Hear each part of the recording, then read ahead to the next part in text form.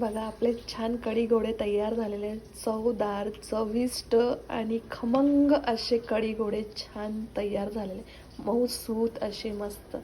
आणि जेवण करायला भाकरी खमंग अशी, टमाटरची चटणी आणि कांदा आणि टमाटर खायला. तर अशी आहे माझी आजची रेसिपी. तुम्हाला कशी वाटली नक्की मला कमेंट करून कळवा. तर बघा, जेवायला सुरुवात करूया. ही बघा छान अशी मस्त खमंग अशी कढी गोळे. तुम्ही कशासोबत पण खाऊ शकता. तुम्हाला कशी वाटली आजची माझी रेसिपी तर तुम्ही नक्की मला कमेंट करून कळवा. शेअर करा, लाईक करा आणि खात राहा, मजेत राहा, हसत राहा. चला तर मग भेटूया आपण पुढच्या रेसिपीमध्ये. नमस्कार, कसे आहात सगळे? खूप छान असणार. सगळ्यांना नवीन वर्षाच्या हार्दिक शुभेच्छा. हे नवीन वर्षातलं माझं पहिलं रेसिपी आहे नवीन वर्षातली. तर आज मी कढी गोळे बनवणार आहे, महाराष्ट्रीयन कढी गोळे. तर चला मग आपण कढी गोळे करायला सुरुवात करूया. मी हे 1 पाव दही घेतलेलं आहे, आंबट असं दही आहे. तर कढी गोळण्यासाठी आपल्याला आंबट दही लागतं. त्याच्यानंतर मी 3 हिरव्या मिरच्या आणि 4-5 लसूणांच्या कळ्या घेऊन याला छान असं वाटून घेतलेलं आहे जाळाभरलं. त्याच्यानंतर मी कढी गोळ्यांसाठी तुरींचे दाणे घेतलेले आहे. हे तुरींच्या शेंगांचे दाणे मी व्यवस्थित काढून घेतलेले आहे. तर हे अर्धा पाव तुरींच्या शेंगांचे दाणे आहे. जवळपास तुम्हाला तुमच्या क्वांटिटीनुसार जसं आवडेल तसे घेऊ शकता. त्याच्यानंतर मी याला लसणांच्या कळ्या घेतलेल्या आहे 5-6 आणि हिरव्या मिरच्या घेतलेल्या आहे मी याच्यामध्ये कढी गोळे करायसाठी 5-6. तुमच्या चवीनुसार तुम्ही हिरव्या मिरच्या वापरू शकता आणि लसण पण. अशा प्रकारे हे एवढी सामग्री घेतलेली आहे मी अशी तयार. आता याच्यामध्ये मी दह्यामध्ये 1 चमचा बेसन घालणार आहे. बेसन खूप जास्त घालू नका, नाहीतर कढी ही गाढ होते खूप. तर याच्यामध्ये फक्त 1 चमचा मी बेसन घातलेलं आहे आणि हे आता मी छानपणे याला घोटून घेणार आहे. रवीने तुम्ही याला छान असं घोटून घ्यावं. आता बघा, मी दही आणि बेसन हे मी चांगलं घोटून घेतलेलं आहे. याला इतकं छान घोटा की ते पूर्ण एकजीव होईल असं. हे जेवढं छान एकजीव होईल ना तेवढं त्याला चव छान येईल कढीला.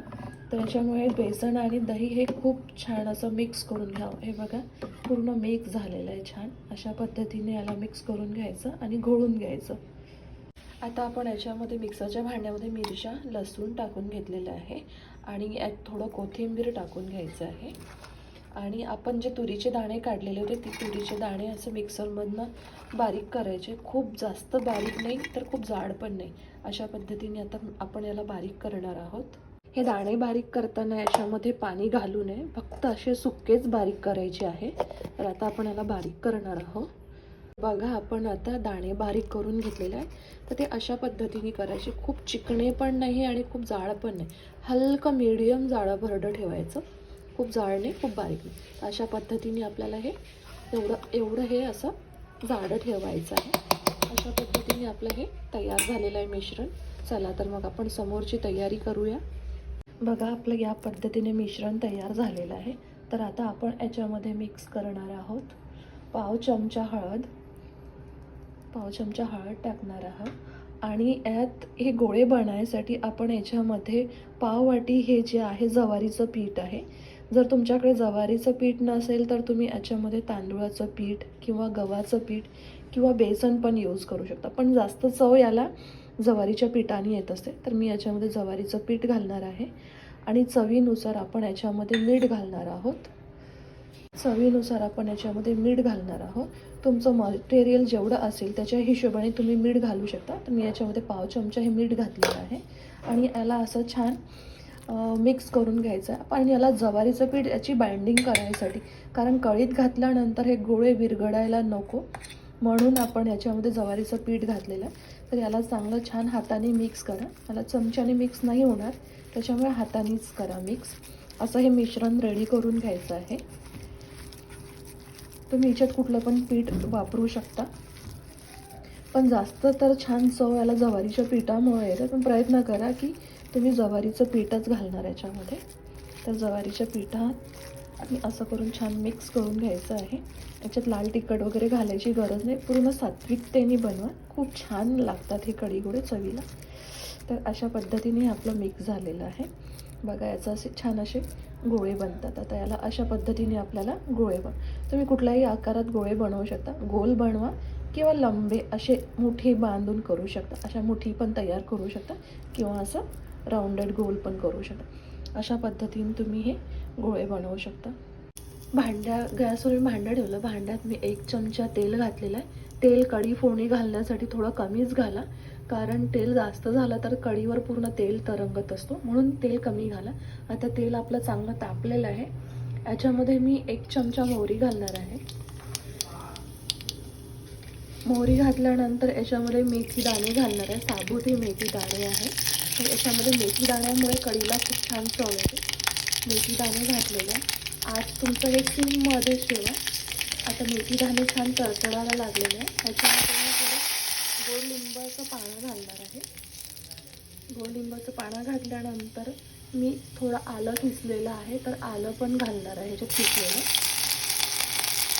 आता याच्यामध्ये आपण मिरच्या आणि लसूण थोडं बारीक केलेलं आहे, जाडं भरडं, तर हे घालणार आहे मी याच्यामध्ये. आणि याला थोडं फिरवून घेणार आहे मी. याचं दांडीसर पाहिजे करून घ्यायचं आहे.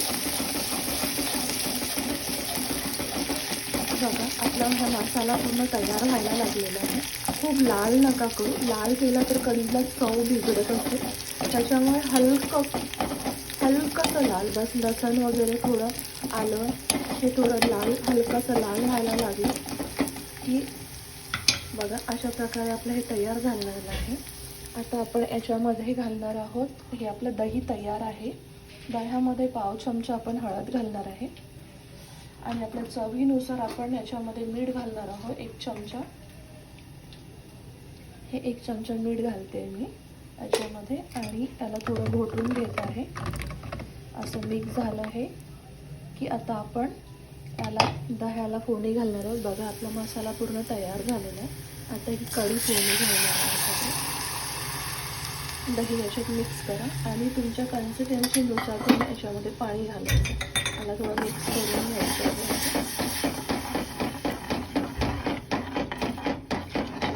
मिक्स करून घ्यायचं आहे.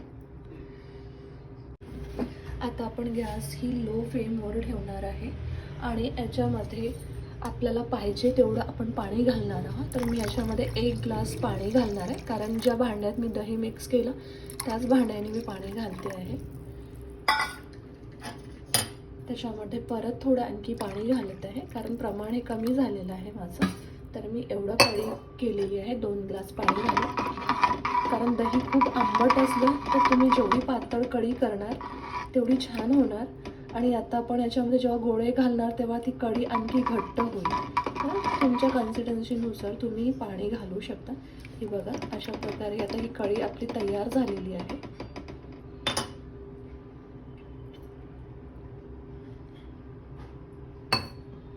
आता या कढीला छान एक उकळ येऊ द्यायची आहे आपल्याला. बघा आपली कढी छान उकडायला लागली आता. आणि कढी अशी एवढी पातळ हवी. तर अशा प्रकारे कढी उकडायला आली की आता आपण ही पूर्ण तयार झालेली आहे कढी. आता आपण याच्यामध्ये आपण जे मिश्रण तयार केलं होतं तुरीच्या दाण्यांचं, ते आता आपण याच्यामध्ये गोळे टाकणार आहे. अशा पद्धतीने गोळे तयार करायचे आहे. खूप मोठे नका करू, कारण हे कढीमध्ये गेल्यानंतर आणखी फुलतात. त्याच्यामुळे नॉर्मल साईज ठेवा आणि याच्यामध्ये एक एक करून सोडत राहा. बघा असं तयार करा. छोटे मोठे जसे तुम्हाला जमेल तसं त्या पद्धतीने तयार करायचे आणि एक एक करून सोडत जायचे. याला अशा पद्धतीने सोडत जायचे आहेत. बघा परत एकदा दाखवते मी. तर मी आकार कुठल्याही पद्धतीचा ठेवा, लांब गोल. मी लांबच ठेवत असते, कारण हे जेवण करताना तोडायला सोपे जातात. त्याच्यामुळे मी असे लांबुके टाकत असते. अशा पद्धतीने तयार झालेत आपले कढी गोळे. सगळे असेच करून टाकायचे आहेत. बघा सगळे कढी गोळे टाकून झालेले आपले आणि अशा पद्धतीने ते गोळे तयार झालेले आहे. याला हलक्या चम्मचने फिरवायचं आहे, कारण याला चम्मच जर जास्त लागला तर हे फुटायची शक्यता असते. त्याच्यामुळे हलकं हलकं जोपर्यंत हे शिजत नाही तोपर्यंत याला असंच राहू द्यायचं आहे. अशा पद्धतीने गोळे आपले तयार. आणि याला एकदम लो आणि मीडियम फ्लेमवरच ठेवायचं, नाहीतर कढी बाहेर जात असते. त्याच्यामुळे आता याला छान असे शिजू द्यायचे आहे 15 मिनटं. 15 मिनटात हे शिजून छान होतील. अशा पद्धतीने हे बघा आपले कढी गोळे असे तयार होत आहे. आता याला शिजायला 15 मिनटं आपण असंच याच्यावर भांडं झाकू नका, कारण भांडं झाकल्यास कढी बाहेर पडते. तर आणि आता याच्यामध्ये स्टेजमध्ये आपण कोथिंबीर पण सोबतच सोडून देणार आहे, कारण कोथिंबीर उकडीसोबत जर शिजलं त्याचं चव खूप सुंदर येते आणि खूप चविष्ट लागते. अशी सात्विक आपले हे कढी गोळे तयार होत आहे. अशा पद्धतीने कढी गोळे करायचे आहेत. बघा आपले कढी गोळे शिजायला लागलेले आहे. जेव्हा हे शिजायला लागतात तेव्हा हे वरती तरंगतात. तर याला वारंवार चम्मच लावायचा नाही, तर याला याच पद्धतीने शिजू द्यायचं. 10 मिनिटानंतर जेव्हा हे पूर्ण वरती येतात तेव्हा याला चम्मचने खुरणं सुरू करायचं. बघा या पद्धतीने आपला कढी गोळे पूर्ण तयार होत आहे. आपल्या कढीला आता 10 मिनिटं पूर्ण झालेले आहे. 10 मिनिटानंतर आता याला चम्मच लावायचा आहे आणि याला अलट पलट करायचं 10 मिनिटानंतर. आता हे छान वरती येऊन हे बघा किती छान असे झालेले आहे. आता हे पूर्णपणे शिजले आहे आपले गोळे. हे बघा छान असे तयार झालेले आहे मस्त. आता हे एकदम रेडी आहेत आपले कढी गोळे. आणि आपली कढी पण बघा या गोळ्यांमुळे थोडी घट्ट आलेली आहे. म्हणून आधीच सुरुवातीला कढी ही एकदम पातळ ठेवायची आहे, कारण गोळे टाकल्यानंतर ही घट्ट होते. म्हणून तिला आधीच पातळ फोडणी घालायची आहे. बेसन अगदी कमी घालायची आहे. आणि तुम्ही बघू शकता आता आपले गोळे पूर्णपणे तयार आहे. आणि आपण याच्यात कोथिंबीर पण सोबतच सोडलेली होती. कोथिंबीर पण आपली याची छान शिजलेली आहे. तर कोथिंबीरचं पूर्ण चव या कढीला आलेली आहे. आता तुम्ही याला हे खायला आपलं रेडी आहे कढी गोळे. तुम्हाला आवडले तर नक्कीच मला मेसेज करून कळवा, कमेंट्स करून कळवा. बघा सात्विक आणि हिवाळी डिश आहे. हिवाळ्यामध्येच तुरीच्या शेंगा येतात आणि तेव्हाच आपण तुरीच्या शेंगांपासून हिरव्या तुरीच्या शेंगा असतात ना त्याचे दाणे काढून ह्या कढी गोळे करू शकतो आपण. ही ज्वारीच्या भाकरीसोबत, चपातीसोबत किंवा भातासोबत वगैरे खूप छान लागते. अगदी चविष्ट की तुम्हाला नक्कीच माझी आजची रेसिपी आवडेल. चला तर मग आता प्लेटिंग करायला आपण तयार करूया.